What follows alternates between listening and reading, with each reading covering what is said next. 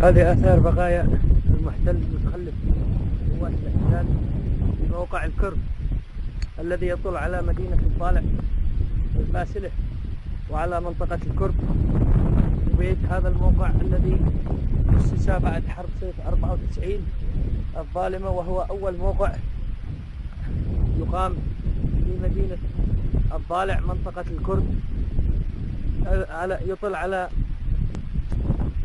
مدينة الضالع الباسلة.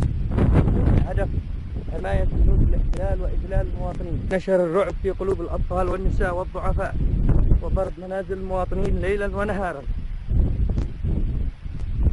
هذه آثار المحتل البغيض